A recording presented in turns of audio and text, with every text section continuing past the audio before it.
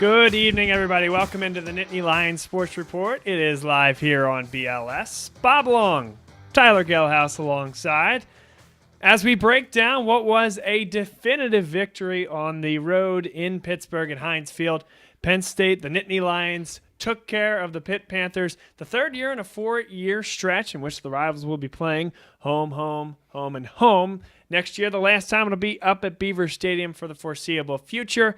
Tyler, obviously this one means a lot to the Nittany Nation because, well, the first time Penn State went to Pittsburgh in this 4-game set, it was an unfortunate 42-39 loss, and Pitt, I think the fan base there kind of held that over the heads of the Nittany Lion faithful for a long time, and this was quite definitive in the way that they kind of shoved it right back at them. Yeah, I mean, not only that, Bob, but also after Week 1 performance against Appalachian State, it was good to see Penn State come out with a significant win. They left no doubt. Pitt was really never in the game come second half. So it was good to see a definitive win by Penn State after last week's performance. Yeah, it was certainly. We're going to have Adam Bittner of the Pittsburgh Post-Gazette on the Nittany Lion Sports Report in just a few minutes. He'll come on at 8:10.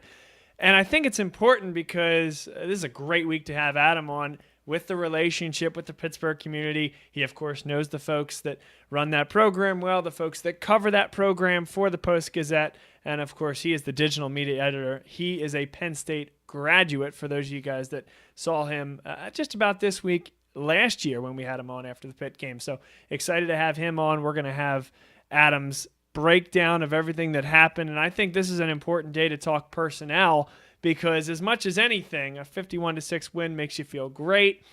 It was in an unbelievable rainstorm for the entirety of that game, and then going into next week when they play Kent State, that's not to take a thing away from the Golden Flashes, but you're starting to build towards what will be the beginning of the Big Ten season right after this weekend's game against Kent State. And in just 2 weekends after the Kent State game, it'll be Ohio State at Beaver Stadium leading into the bye. So I think personnel, we had a lot of questions answered. We have a lot of things we still don't really know about this football team. And a lot of that was because of the way the first 2 games went. But before we get Adam on, and this will be a focal point of our show here today, I want to talk first about the wide receivers. It'll be a focus of the Blitz segment in the second half of the show.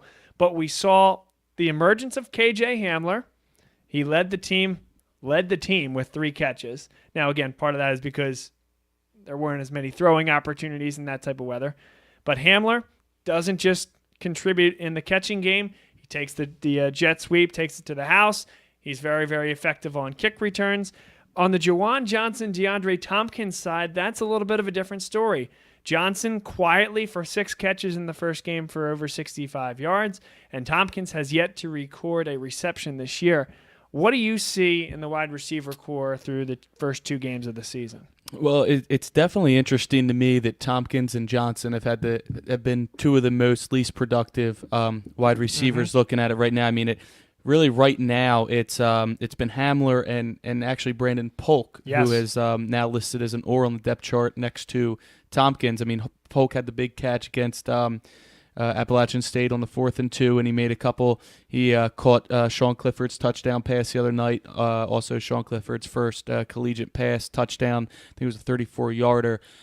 So I'm not sure what to make of it. Both the Tompkins and Johnson are 2 of the most experienced guys in the locker room, especially in the receiver group. And they've both had a case of the drops recently. Like you said, Tompkins has 0 catches. McSorley put one right on the button to him the other night. Granted, he had to reach out a little bit far. It was raining, but it was wide open for a touchdown, slipped through his hands. And then on the very next play, or on the previous play, it was right then, Johnson dropped the ball on an out. And he seemed to be pretty wide open too. So, again, I don't know if that was a weather thing or what, but Johnson also had the drops against App State. I'm not too overly concerned, though, with Johnson. I would like to see him be targeted a little more, but I think it's a good thing when you can spread the ball around like they've done the first 2 games. Certainly is. Juwan Johnson, a tremendous talent.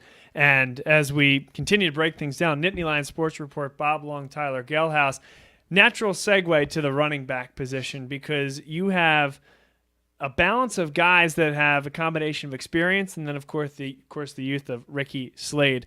Miles Sanders and Ricky Slade have very much similarities in terms of their freshman year, in that both came in with a lot of promise, both saw some early playing time, and both have had a little bit of a bugaboo when it comes to fumbling the football. Ricky Slade put one down on the turf in the first game, put down 2 against the University of Pittsburgh on just the 4 touches. Miles Sanders, as you remember, Tyler, had that same type of issue his freshman year, and really even a little bit into his sophomore year, to the extent that he wasn't even getting some carries later in the season because of that liability. I wonder what's going to happen with Ricky Slade on a go-forward basis. James Franklin addressed it in his press conference today, essentially saying, listen, these are freshmen that have been the best athlete, the biggest and the strongest athletes throughout their entire time in high school. So now they're getting hit harder. There are bigger and stronger guys than them that are ripping the ball away, and that's a new experience. And it's absolutely true.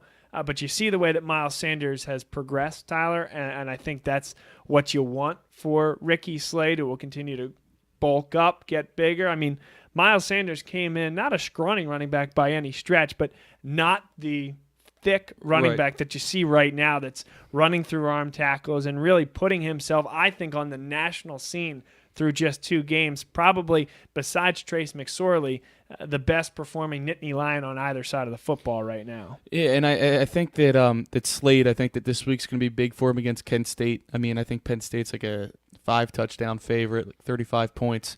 Obviously, don't look much in the lines anymore, especially in college football. We saw what happened week 1, but Kent State's a little different than App State. But I think it'll be good for him to get his confidence. I think he is a player that they're going to have to rely on a little bit down the road. Miles Sanders, Mark Allen, and Ricky Slade seem to be the only 3 that have gotten touches out of the backfield so far. You're right. And Journey Brown, redshirt freshman, hasn't gotten any touches, and neither is Jonathan Thomas, a 5th-year senior. He's a dynamic player. I mean, I think we've all seen his skill set. I mean, not much of it, but we have seen what he's capable of. And, once he secures the ball, I mean, it's a good thing that he's doing this now in a way, learning before you get to the Big Ten gauntlet and he starts putting it on the ground then. I'd rather have it happen now, and hopefully it's something he can learn from. And I think Sanders is a good mentor, someone that can talk to him and say, look, I was down that road. Here's how we're going to work on it, and you're going to be fine. On the other side of the freshman talk, there are 2, of course, wide receivers that are tremendous freshmen. Justin Shorter continues to be injured, and Jahan Dotson has yet to see the field. James Franklin, in his press conference today, said that he expects Dotson to have some snaps in this week's game against Kent State. I think it's a great time for him, and he mentioned the 4-game policy that changed in the NCAA, where you can now play a player for 4 games over the course of a 12-game regular season and still redshirt him. I find that very interesting, Tyler.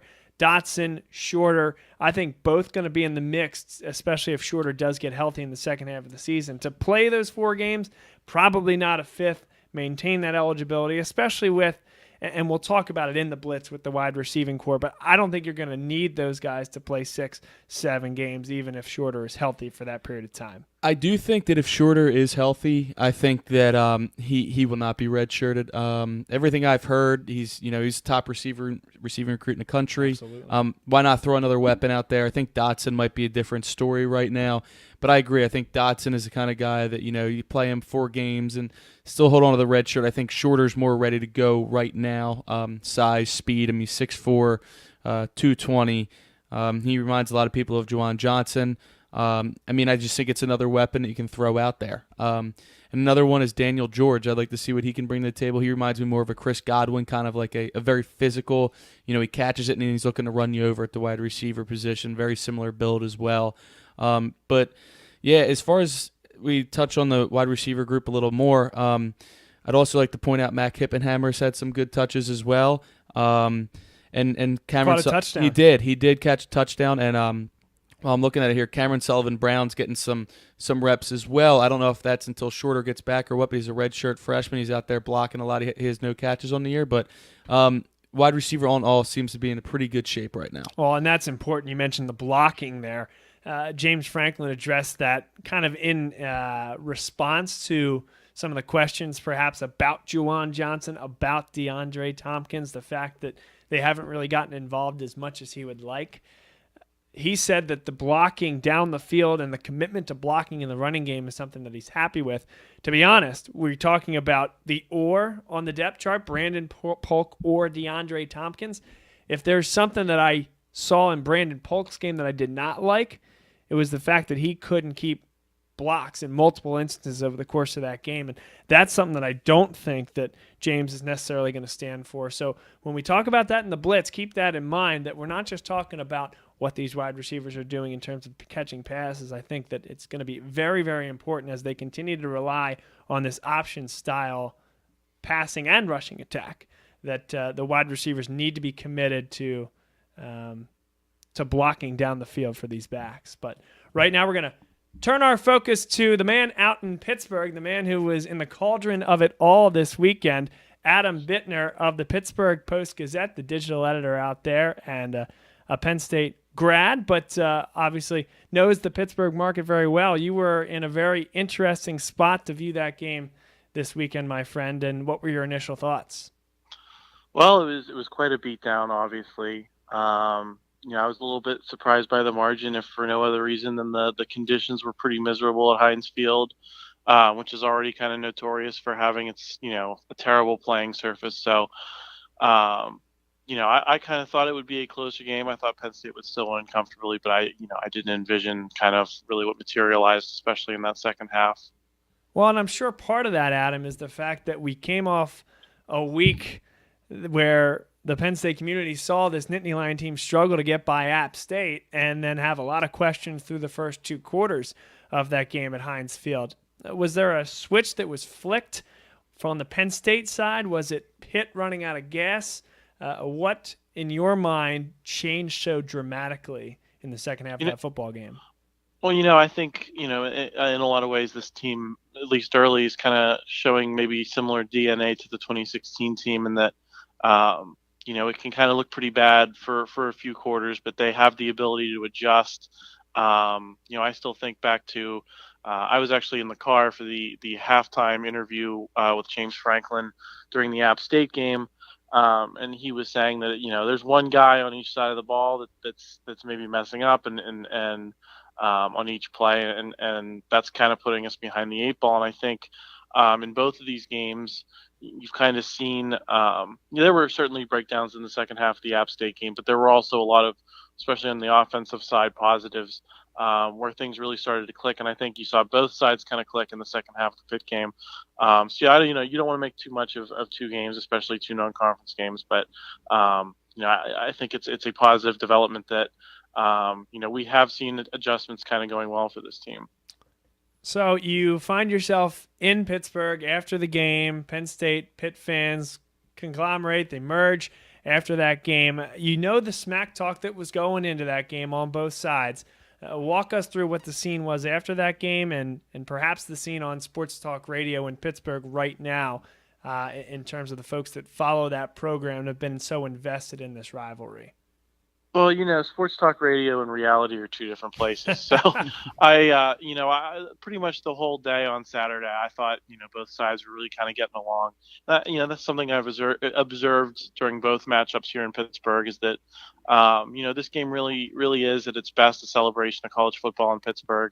I think you have passionate fans of the sport on both sides. And this is, kind of that moment that we kind of get to celebrate what we love in college football in a town that's so often dominated by the Steelers. Obviously, the next day, Sports Talk Radio was already really talking mostly about the tie against the Cleveland Browns. I think the Pitt fans were a little quiet after the game, but I think, if you're talking about the scene and how people are interacting, I think for the most part, you get two people or two fan bases that recognize that this is ultimately a celebration of the sport, and it was fun even if it was a little rainy outside. Hey Adam, this is Tyler Gehlhaus. Quick question for you about James Franklin, some of the decisions he made late in the game. For example, first play, Sean Clifford throwing a touchdown bomb. Also the challenge that he had with the Ricky Slade fumble, and also, people were complaining he was still throwing the ball up 45 points at the end. I just wanted to get your take on that, and maybe what some of the Pittsburgh people out there have been saying about James Franklin.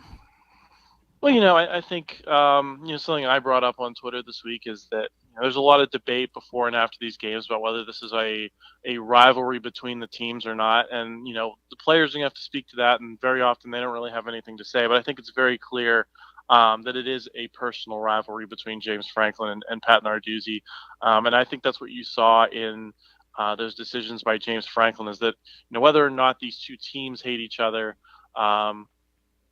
Whether or not the two fan bases feel the same way about each other, that contempt definitely goes two ways between Franklin and Narduzzi. Narduzzi said his fair share of things, and I think, on Franklin's end, he's kind of responding in kind when he has a chance to rub Narduzzi's face in it. So that's kind of how I interpreted it, more as a personal thing. I'm not sure, I'm sure you can have a different explanation for it, but that's kind of what I saw. Well, and what a difference a couple of years makes for Pat Narduzzi in that fan base as well. He comes onto the scene, beats Penn State in their first matchup, the return of the rivalry. He makes a big deal of it. James Franklin, of course, that is when it appeared that he might have started to be on the hot seat.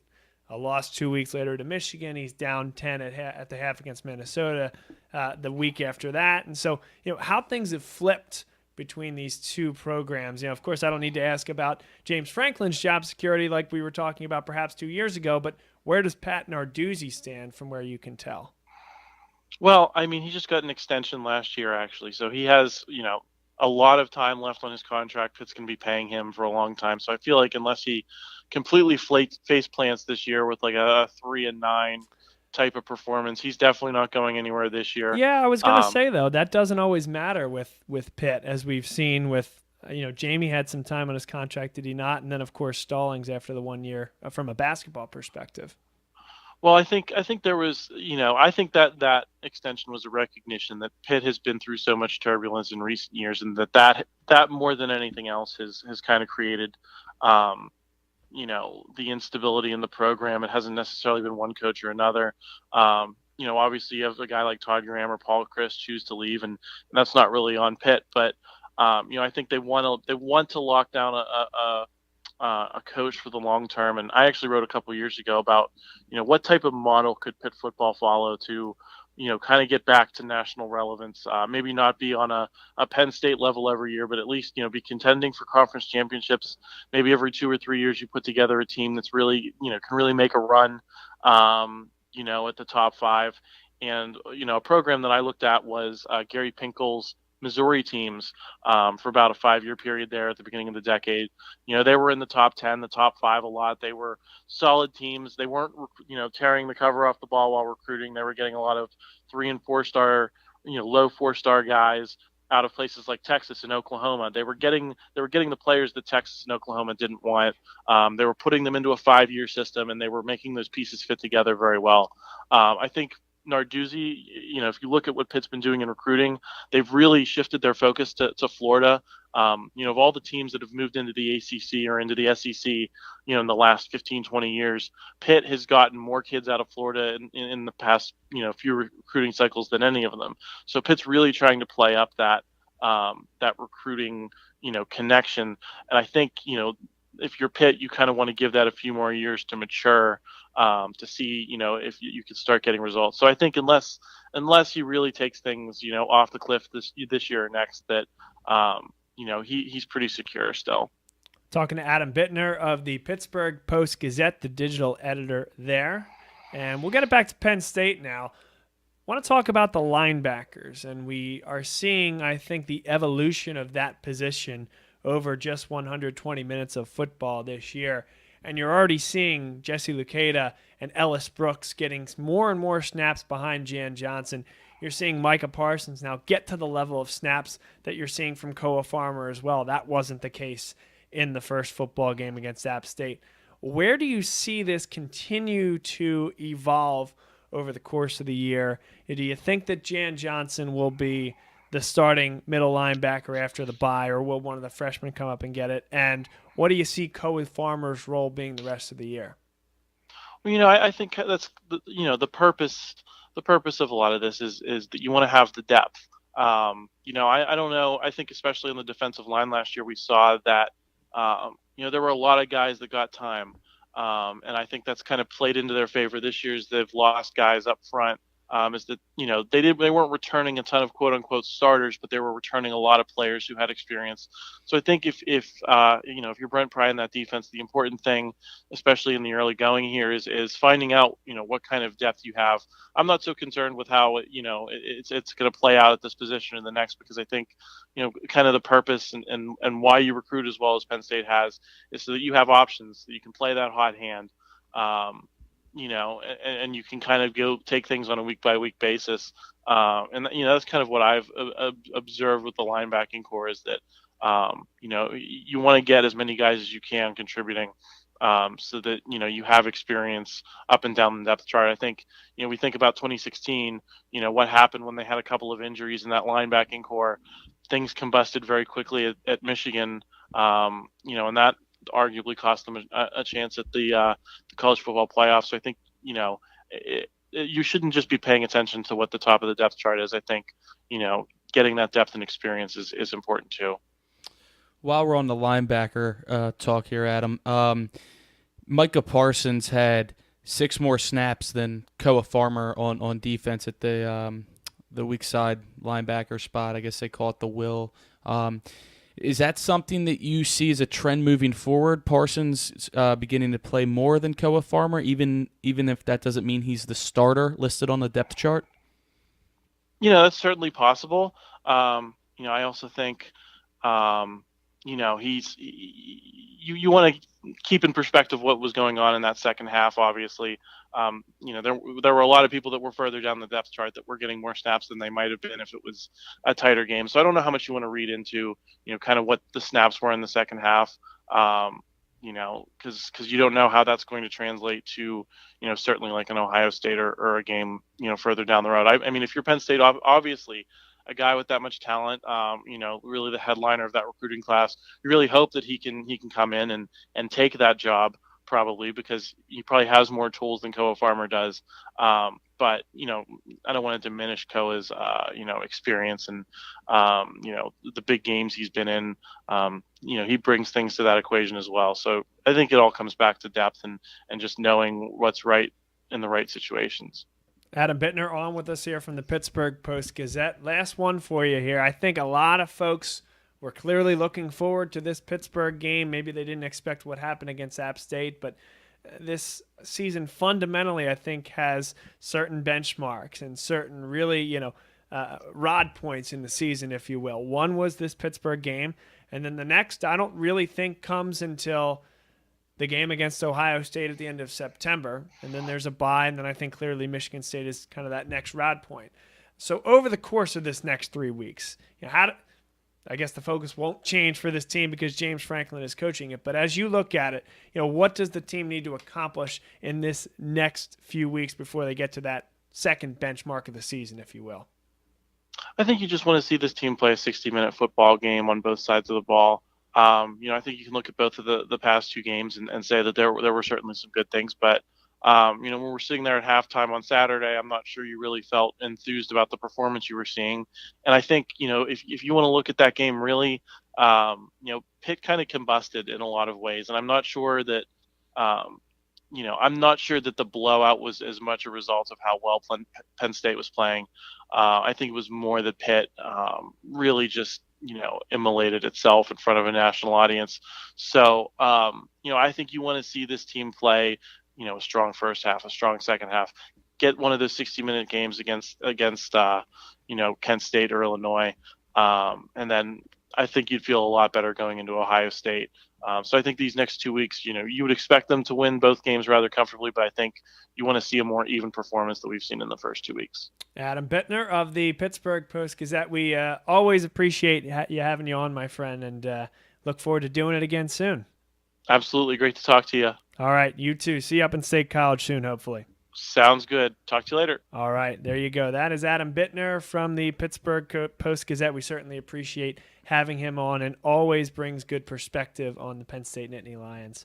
What do you think there, Tyler? Anything strike your fancy? Yeah, I think the last thing that he said is exactly where I am, and I think it's probably where a lot of Penn State fans are is, really this team that we're watching, is it, how good are they? I think we all know that they have a lot of things to work on, improvements, especially before September 29th. But really, how good are they? And because the two teams that we played were two totally different games. Like the Appalachian State game was overtime, down to the wire, and they were a lesser opponent. Maybe they are better than Pitt. They might be. But and then you go out to Pitt, and obviously Pitt killed themselves a lot, but a lot of that was Penn State's doing. I mean, Penn State was all over them. Pitt couldn't throw the ball. They didn't even really try to throw the ball, weather conditions aside. But it is, to me, I still don't know really what to expect from this team, and I don't even think we're near their potential. But it's just a matter of when are they going to reach that potential? Is it going to be quick enough? Ohio State's less than 3 weeks away now, so and obviously that's the biggest game of the season. Again, that's not what James Franklin would say, but that last point he made, definitely. Yeah, it is a very fair point, and I think the point that I brought up that led to that about there being certain benchmarks of the season. I mean, I think you evaluate sort of, there are, we'll say 4 of them over the course of the season. Of course, I think the Pitt game was one, your first real challenge with a lot of new players, young guys that were coming into the fold, and they passed that test. We'll say they passed the first 2 tests, not by much. And then, of course, I think the Ohio State would be the next one. Then a bye. Michigan State is huge. Now, the Spartans just lost their first game of the season. Haven't looked good in either.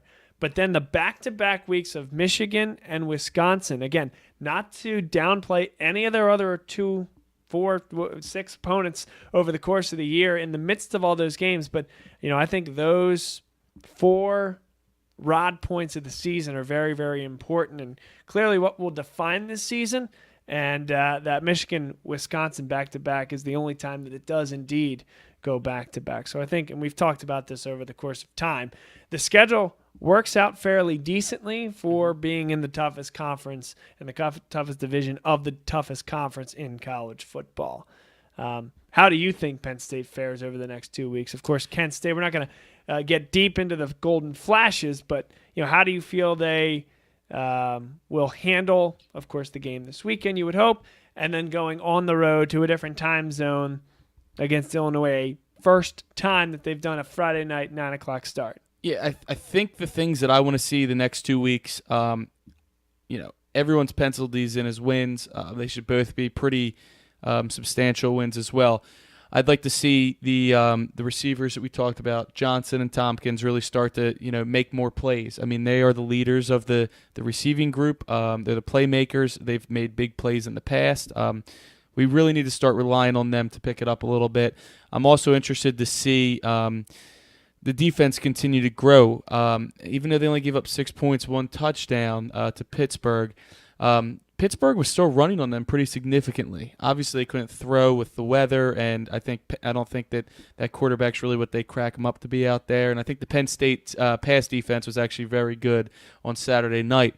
However, again, they were running the ball at will, especially Ollison there, especially in the first half. So that's another thing that I'm interested to see. So really, they're the 2 things that I'm still concerned about. I think the tackling looked better. But those 2 things are the main concerns of areas of improvement for these next 2 weeks coming up. We're going to take a break and come back on the other side. Something that you mentioned, Tyler, the wide receivers, we're going to take a look at right on the whiteboard behind me there. We're going to talk about KJ Hamler specifically, why he is so important to this offense, and, of course, what the Nittany Lions need to do to get Brandon Polk, DeAndre Tompkins, and Juwan Johnson going. I think it's going to be a very interesting discussion. Stay tuned to our show for the next couple minutes here, and we'll be back on the other side with the Blitz here on the Nittany Lion Sports Report. Ford is Mayfair's neighborhood Ford store. Nobody knows your neighborhood like Dunphy Ford. Nearly 40 years. Right here on Frankfort Avenue. Generation after generation. Our neighbors continue to be our customers. We have access to the cars and trucks you want with financing you need. Dunphy Ford is Northeast Philly's first choice for America's #1 brand. 7700 Frankfort Avenue in Mayfair. Online at www.dunphyford.com. Come experience the Dunphy difference. You'll be glad you did. This is the Blitz here on the Nittany Lion Sports Report. Bob Long, Tyler Gehlhaus, and we're going to talk about the wide receiver core with the help of the whiteboard here, and why KJ Hamler is an unbelievable wide receiver to have on the inside, and why, while maybe he's earned the right to be labeled as that number 2 or number 1 wide receiver, why it's very important that he's inside. So we're going to put KJ Hamler out here, and Brandon Polk on the outside here, and Juwan Johnson here. Now, when we first started our Blitz segment and we did the depth chart to begin the Penn State football season, we talked about how it looked like Hamler was going to be on the outside opposite Juwan Johnson. And I think we were surprised by that when we saw it, and we found out later that wasn't going to be the case when they kicked off against App State. And it's a good thing that that wasn't the case, because he's purely bred, I think, at this point in his career, for being on the inside. There's one particular play that I want to talk about in the Pitt game. It wouldn't have hit the big stats or anything like that. It wouldn't have hit the highlight reels. But KJ Hamler outside or inside with Brandon Polk on the outside simply ran a go route and went straight down the middle of the field at full sprint. So he took a nickel back because it was a 4 wide receiver set. So they had an extra defensive back out there, did Pittsburgh. And he drew this safety here. So now, Brandon Polk's cornerback, with his speed, the only option that this cornerback has is to give a little bit more space for Brandon Polk to, for the wide receiver, because if he blows by him, there's no more safety help. So what does Brandon Polk do? A little hitch route right here, catch, dive forward for about 8 yards. That is play design from Ricky Ronnie, and specifically great execution from KJ Hamler with a lot of physical skill sets to go along with it. Then KJ Hamler, when he's on the inside, provides a big-time presence and the ability to come across the field and take a handoff. So Trace McSorley here takes the snap.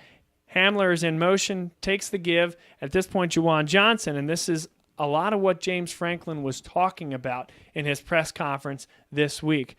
Hamler takes the ball. Johnson comes and commits to the run blocking down the field, and Hamler takes off. His ability to get down the field, his ability to make guys miss, and his speed makes him so important, and achieving that from the slot position is really the best way to utilize him there. The last one is that KJ Hamler, quite simply, it has an ability to get into the secondary and into the linebacking core and beat less athletic guys. So Polk is going to be taking on the second corner. Juwan Johnson is going to be taking on the top defender. KJ Hamler has that special ability, much like you saw with some of the smaller receivers with the New England Patriots and similar teams in the NFL, to just work his way into the middle of the football field and get lost. And Trace McSorley, with his accuracy, is able to hit KJ Hamler down the middle as he gets in between the linebackers or in between the linebackers and the safety. And that's what you saw when Hamler scored that touchdown, receiving the football in the second half. So, Hamler creates things for other guys. Brandon Polk, we talked about that, taking a safety because he's running right up the middle of the field. We talked about the jet sweep and his ability to make moves in the into the secondary and take the help of guys like Juwan Johnson, who are committed to run blocking. And then, of course, his ability to just create space in the middle of the field. He's so good. And, oh, by the way, he's a half-decent kick returner as well. Penn State's got a special one with KJ Hamler, and that is the focus this week on the Blitz. We'll take a break and come back on the other side. This is the Nittany Lion Sports Report, live on BLS.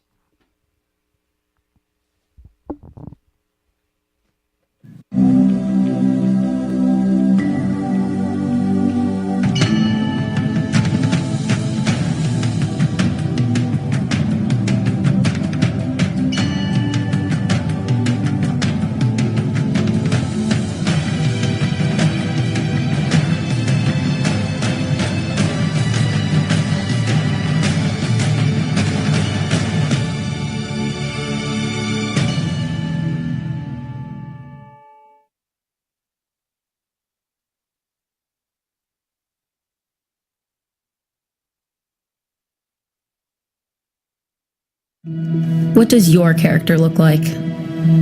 Does it bounce back after each setback? Does it stand out by standing up? Does it make good on good intentions? Character is invisible until it's not. Only through action will the world know what it's made of, what you're made of. Find out how you can strengthen the character of your community alongside empowered veterans and families of the fallen at travismanion.org.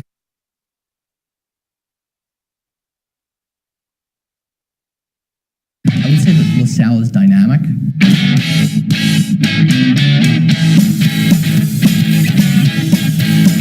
Prepared.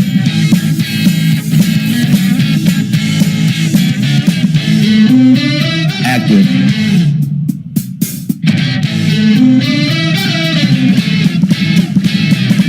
Diverse.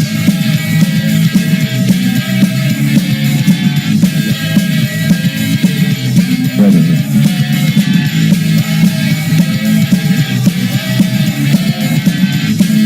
Family.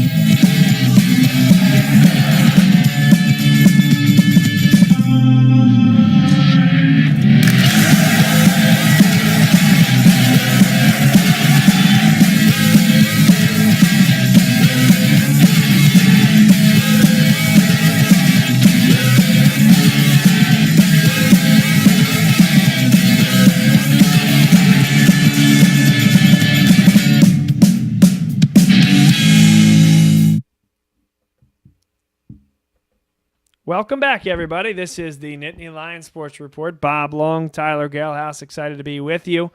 And as we transition from the Nittany Lions and that episode of the Blitz in terms of the wide receivers, that's something to keep an eye on over the course of the rest of this season. I think this weekend it might get a little bit muddled. I think the snap counts will be changed up a little bit. You might see Jahan Dotson for the first time, and I think you'll, unfortunately, the picture we just painted, you might not see in full glory only because you're going to see so many different combinations. You're going to see different freshmen on the field that you didn't see before, and you're going to see different combinations of guys out there as they look to get guys experience.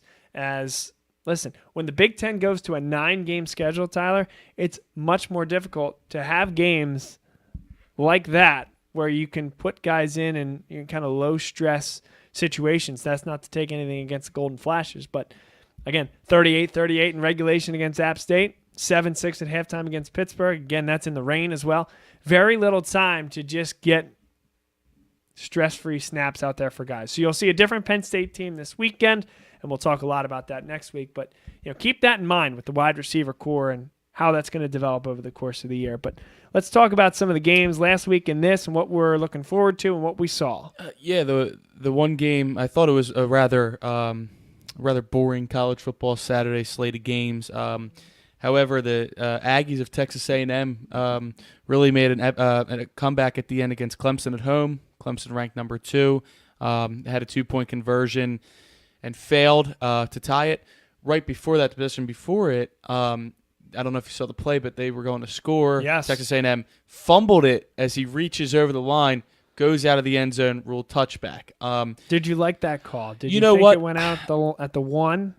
It's a tough call. I think they kind of went by the book there, the officials, and they kind of made the safe call in a way, even though it wasn't a home field call. Clemson was the away team. The call went in their favor. I think you're going to see that called that way 9 times out of 10 because they can't decide really. Sure. And then also I thought that the Bulldogs of Georgia were very impressive in their win at South Carolina.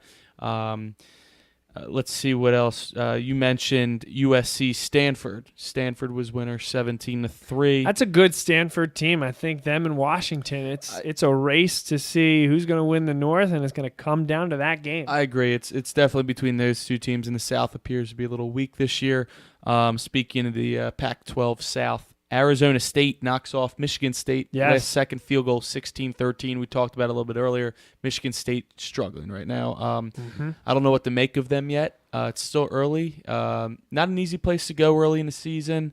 Herm Edwards, the new coach out there in Arizona for the Sun Devils. Yeah. But definitely surprised at Michigan State, the way they've been playing this year.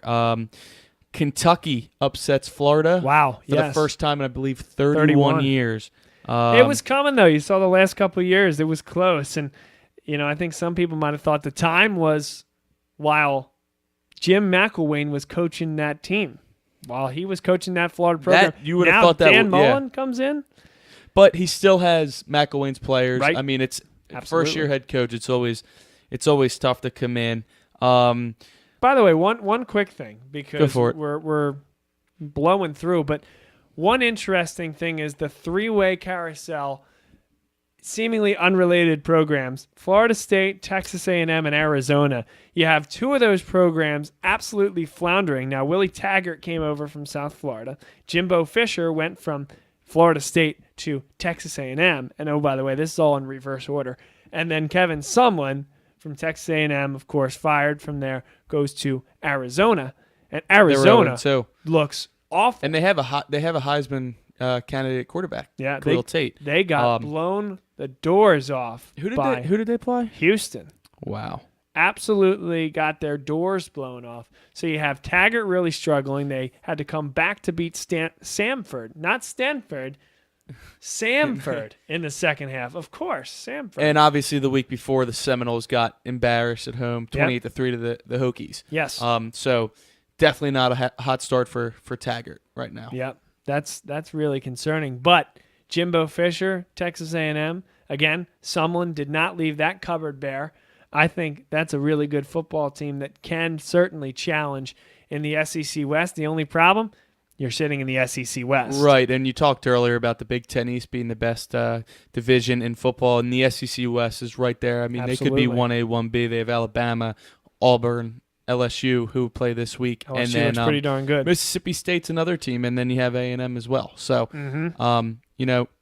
SEC West and the Big Ten East, they're definitely the two top divisions in college football. And you talk about coaches making moves. This is a long time ago now, but even Arkansas, having brought in Brett Bielema from Wisconsin in the Big Ten. I mean, how happy is Wisconsin right now to have Paul Chryst? Now, of course, there was a little bit of a move to get where they are right now. Gary Anderson came and went, and it did look like Brett Bielema was initially going to have a little bit of success in Arkansas, but it is funny. The grass is not always greener on the other side. No, it is not. If you don't mind, let's jump ahead to Week 3 games. I know that at the beginning of the year you picked Auburn to win it all. They've already been impressive with a win over Washington in Week 1. This week, LSU Tigers, who've also looked pretty impressive, traveled to Jordan-Hare Stadium. 3:30 CBS. This is definitely, I believe, the biggest game of the day. What are your thoughts on this game going forward? Obviously, I would think you have Auburn winning. They're at home. What's your take? Is LSU for real? Specifically, is the LSU offense for real? Now's the time for them to say, yes, we are. Because they did it against Miami, but Miami's defense, I think, leaves things to be desired, and the turnover chain is great, but they were never a team to kind of Hercules' last stand type of defense that wouldn't give up another yard. LSU played very well in the first couple weeks of the season. Is that offense legit? We're going to find out this weekend. I think the answer is somewhere in between. It's better than I think we thought coming in, but I think that Auburn's going to do the job, get the win at home, continue their crusade towards an undefeated season. Very interesting there. Another 3:30 game. One that's flying way under the radar for me. I didn't even realize they played until I just pulled up the schedule. 17 Boise State at number 24 Oklahoma State. This is Boise State's big out-of-conference game. I know nothing really about Boise State besides they have blue turf, and all I know about Oklahoma State is they're going to throw. They're going to throw it around the yard. They're going to run. They're going to put up points. I really don't know either about each team, but that's also a 3:30 game on ESPN. Yeah, I like that game. I like that game a lot because you have an Oklahoma State team that I think has illusions of winning the Big 12 this year, although Oklahoma looks darn good and looks okay in replacing Baker Mayfield. I like the Broncos of Boise State in this zone, however. Oklahoma State at times will struggle with games like these. Again, I struggle with saying things like that because these players turn over at the very maximum every 5 years, so defining a program one way or the other is tough. But they struggled against Central Michigan last year.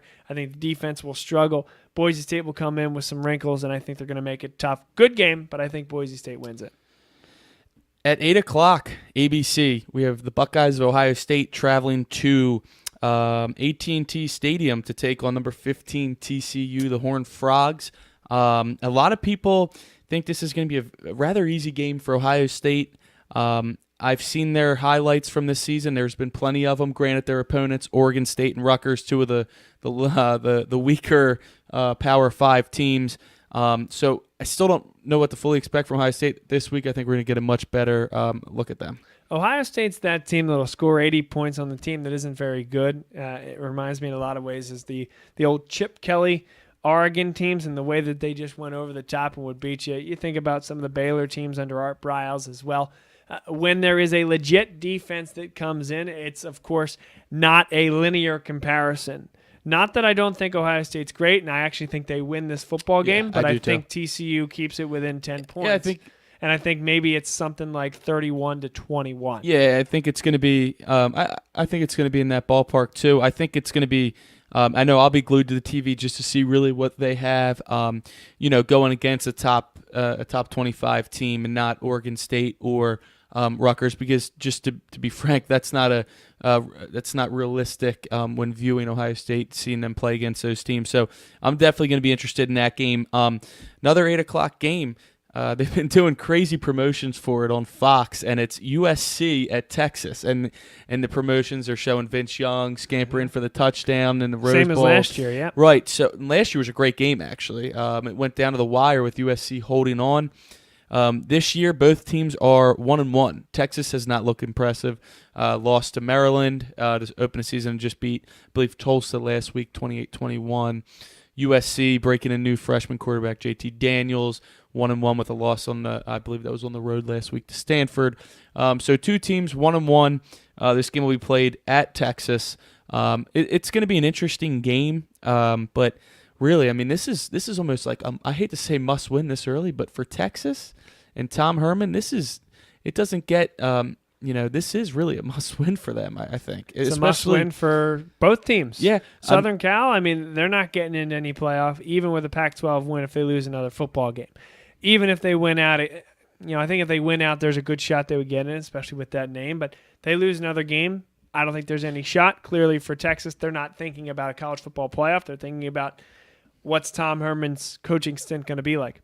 I think Tom Herman gets his first quality win as a Texas football coach, and I think that they beat USC in Austin. Yeah, I mean, I think the home field definitely plays a big factor there. I still need to see something from JT Daniels, too. Yeah, I mean, like he should be, realistically, he's a senior in high school right now, but he graduated early. He's a young guy, but it's not his first road game. His first road game was last week against Stanford, but at the end of the day, he's still a young kid, 17, 18 years old, going to play at Texas is not going to be an easy task.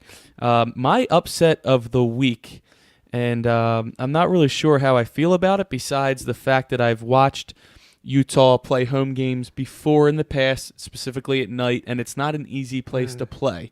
Weird things tend to happen there, whether or not they're as talented as the other team or not, but my upset of the week is Utah knocking off Washington 10 o'clock Eastern time on Saturday night. It would put the Huskies at 1-2. It would pretty much eliminate them from the college football playoff as well. For the most part, outside of Stanford, the rest of the Pac-12 already. If Utah wins that game, that's really going to put a hurting on the Pac-12. And I just there's something about that game that just kind of I sense an upset coming. I'm not sure about you. Yeah, I think it's a popular one too because Utah plays so well at home, because they are a tough matchup all the time, and because I just don't think we know enough about Washington. Very well coached too. Who's the coach? Tyrone? Is it? Yeah. No, it's Ty. I'm sorry, I should know his name if I'm going to pull Willingham? No, Whittingham. Not quite. No, Kyle Whittingham. Kyle Whittingham. There it is. Yes. Tyrone Willingham was obviously at Notre Dame. I'm not sure. And Washington. Yes, he was at Washington. Yes. But I'm going to go with the better coach, which is Chris Peterson, and I think that Washington is that good. I think they win out. They win the Pac-12 and are just one step too shy for the college football playoff. But I really do like Jake Browning, and I like this Washington team a lot. Still a very good defensive team, and almost had Auburn beaten I mean, they certainly had him on the ropes after that big comeback in the first weekend of the season. Yeah, and that's what that's really gonna be good to see, that LSU Auburn game, to see, because both those teams played in huge Week 1 games, both at neutral sites. So I'm interested to see really who's for real, and also that has a trickle down effect on the opponent that they played in viewing the opponent, whether it be Miami or Washington. Yep. I mean, remember how good that Washington team was last year as well. Really an unthinkable 13-7 loss to Arizona State is all that really keeps them, out of that college football playoff. They go in, if they should have won out and would have been right there. An unthinkable loss to the Sun Devils was really the key thing that kept them from the college football playoff last year. A lot of those guys returned. Really good football team. 2 quick things for you, unless you got something I for do me. have one more game for you. All right. Rutgers at Kansas. Give me the Jayhawks. Jayhawks, 2 touchdowns. They're at home, and both teams are. We talked about Oregon State in that same group. I mean, insert Kansas, and they are probably within like the last 3 to 5 years have struggled the most. Those 3 teams in the 46 Power 5. game road winning streak against Power 5. Yeah. So we'll see. I don't think I'm going to be watching that game. It's the same time as the Penn State-Kent State game, but even if it wasn't, I could find something better to watch. But it'll be interesting. I'll go Rutgers since you went Kansas, just to make it fun. So the 2 things I had, I guess it's one thing, but 2 programs is, in the SEC and one program, the ACC, you have the rare issue where you have incumbent freshmen battling out with veteran, battle-laden quarterbacks at high-profile schools. Jake Fromm, Justin Shorter. Penn State fans know that Justin name. Fields. I'm sorry. Fields. Justin Fields. Penn State knows both of those names. Justin Fields. Completely different type quarterbacks. Jake Fromm came in, took the vast majority of those snaps. Looks like he might be the starter, but Justin Fields, is going to be, you would think, perhaps the guy in years to come. But if Fromm is they're only only 1 year a difference, sophomore, so that's the thing. And so, what happens there, because Fields is not going away. Right. On a little bit of a different note, Kelly Bryant, a senior at Clemson, Trevor Lawrence, a true freshman. So the senior versus the freshman, and you saw Bryant take the majority of the snaps down the stretch. He was only 12 for 17 throwing the football. He was effective. I still think at the end of the year, if Clemson wants to go to its highest of heights, you need somebody who can stretch the field. That's Trevor Lawrence. I think he's the best quarterback on that football team. I don't know what it'll be by the end of the year, but we saw what happened in Alabama. Jalen Hurts the entire year. Tua Tagovailoa. Just call him Tua. Tua Tagovailoa, and that's how you say it. His brother's going there next year or the year after Tua. He's Yes. going to be a quarterback as well, so the rich get richer. So the point being is, do you see those 3 situations? It looks like Tua's the guy in Alabama. So down to those 2, Georgia, Clemson. How does that shake out? Well, first of all, I think it's quite ironic that they're the top 3 teams in the country, and they both are going 2 quarterback systems right now in the early going. Crazy talent. I think that the most interesting one to me is I think that the Clemson situation is the most interesting to me because you have they're 2 different style players. Kelly Bryant he's a better runner than Lawrence, but Lawrence is head and shoulders a better passer. Bryant has the experience. He's a senior. He might even be a 5th-year senior. He may have redshirted under Watson. I'm not sure. But he can also throw. I mean, he can, but he's not the thrower that Trevor Lawrence is. I know I watched some of the A&M game on Saturday, and Trevor Lawrence's first pass is like a 65-yard touchdown to T. Higgins. Like you said, he can throw downfield. He can really open up, stretch the defense. But I don't know who's going to win that job. I don't know if they're ever – I think they might just keep it going. I mean, maybe. It's been done before. I don't think coaches really like doing it, and I don't know how much the players like it because it's different styles, I do think that Jake Fromm will be the quarterback for Georgia. I have yet to see Fields play. I understand that he is playing. I've yet to see him play, though. Terrific talent, but that's also interesting because there's only 1 year difference. Right. And at the end of the day, Tua brings so much more to the Alabama offense than Jalen Hurts does. I kind of see him maybe – I mean, there's talk that Jalen Hurts could be doing that 4-game transfer rule as well. Right. Very true. something to watch out for. Alabama last year had a quarterback actually quit and transfer right at this time, maybe even a little before Blake Barnett went to Arizona State. Not sure if he's still there or not, but something to keep an eye on. I do think that Tua that's the one that I don't think is very close. I think Tua is head and shoulders above Jalen Hurts. So, meaningless hot take question of the day that I despise, and we'll get out of here on this one because I despise the hot takes that is sports talk these days. We talked at the beginning of the year, Tommy Stevens, the best backup in college football. Is that still the case? Well, he's technically the Lion. So he's the best Lion in college football. He is the best Lion. That's a great answer. Well, you know what? You probably can't say that. Well, he hasn't played. He's been injured. Right. But I would put he and Trace McSorley right into that category, although you're never really going to see the split snaps that you see with these guys. Because they're similar type So I quarterbacks. think it's not really a fair question really to ask because he's not getting the snaps that Hurts and Tua are splitting, and Lawrence and Bryant and even Fromm and Field. So he's definitely. I mean, I love him as a backup quarterback, and I'm excited for him to get a shot next year if he's healthy. But then again, Sean Clifford looked great, and I'm not saying he's going to overtake him, but it's a good problem that Penn State's going to start being in this really good depth at quarterbacks down the road. So it's a good thing, and I don't think there's any irony that the top 3 teams right now are loaded at the quarterback position. And I think the coaches are all handling it pretty well, except for when Nick Saban freaked out at Maria Taylor there at the end of the Louisville game 2 weeks ago. It's good stuff. Tyler, good show tonight. Appreciate it, man. Always good having you. Great to be back. Looking forward to Kent State on Saturday. Yes, sir. It'll probably be a snoozer, but as always, great time being here, Bob. Yes, sir. The Golden Flashes come up this weekend. Should be interesting. And then after that, Illinois on the road, a 9 o'clock kick on Friday, the 21st of September. And then Ohio State on the 29th of September, followed by a bye. It's a very interesting 3-week stretch. We'll be with you here every step of the way.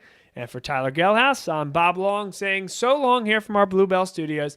And we'll be back next week on the Nittany Lion Sports Report. Another big thanks to Adam Bittner from the Pittsburgh Post-Gazette for being our guest here tonight. We'll talk to you guys soon.